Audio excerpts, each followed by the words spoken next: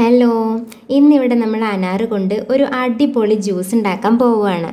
ഇന്നിവിടെ നമ്മൾ അനാർ ജ്യൂസ് എങ്ങനെയാണ് പ്രിപ്പയർ ചെയ്യുന്നതെന്നല്ല പറയുന്നത്. അനാർ ജ്യൂസ് കൊണ്ട് എന്തെല്ലാം ഗുണങ്ങൾ നമ്മുടെ ശരീരത്തിനുണ്ട് എന്നുള്ളതാണ് പറയാൻ പോകുന്നത്. ഇതിൽ വിറ്റാമിൻ സി ഒരുപാടുണ്ട്. വിറ്റാമിൻ സി മാത്രമല്ല, vitamin K, vitamin B, vitamin E, അങ്ങനെ ഒരുപാട് പോഷകങ്ങൾ ഇതിലുണ്ട്. അതുപോലെ ഹൃദയത്തിൻ്റെ സംരക്ഷണത്തിനും രക്തസമ്മർദ്ദം നിയന്ത്രിക്കാനും ഒക്കെ അനാർ നല്ല ഹെൽപ്ഫുള്ളാണ്.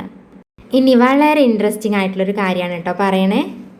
സൗന്ദര്യം സംരക്ഷിക്കാൻ നമ്മൾ പല വഴികൾ നോക്കാറുണ്ട് അല്ലേ? എന്നാൽ ദിവസേന നമ്മൾ ഇത്തരത്തിൽ അനാറിൻ്റെ ജ്യൂസ് കുടിക്കുകയാണെങ്കിൽ നമ്മുടെ സ്കിന്ന് നല്ല തിളക്കമുള്ളതായിട്ട് മാറും. മാത്രമല്ല, വണ്ണം കുറയ്ക്കാൻ ആഗ്രഹിക്കുന്നവർ അവരുടെ ഡയറ്റിൽ ഇത് ഉൾപ്പെടുത്തുകയാണെങ്കിൽ അത് വളരെ നല്ലതാണ്. ഇനി പറയാനുള്ളത് ഗർഭിണികൾക്ക് ഇത് കഴിച്ചാലുള്ള ഗുണങ്ങളാണ്.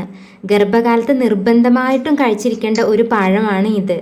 അതിന് കാരണം ഇതിലടങ്ങിയിട്ടുള്ള വൈറ്റമിൻസ്, അതുപോലെ sodium, potassium, calcium, magnesium, iron ഇതെല്ലാം ഇതിലുണ്ട് എന്നുള്ളതാണ്. അമ്മയ്ക്കും കുഞ്ഞിനും ഒരേപോലെ ഗുണം നൽകുന്നവയാണ് ഇതെല്ലാം തന്നെ.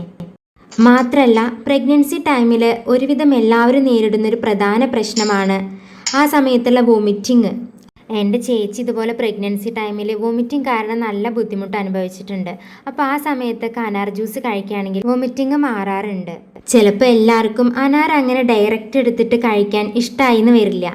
അപ്പോൾ ഇത്തരത്തിൽ നമ്മൾ ജ്യൂസൊക്കെ ഉണ്ടാക്കിയിട്ട് കുറച്ച് ടേസ്റ്റി ആക്കിയിട്ടൊക്കെ കഴിക്കുകയാണെങ്കിൽ കഴിക്കാനും ഇഷ്ടമാവും.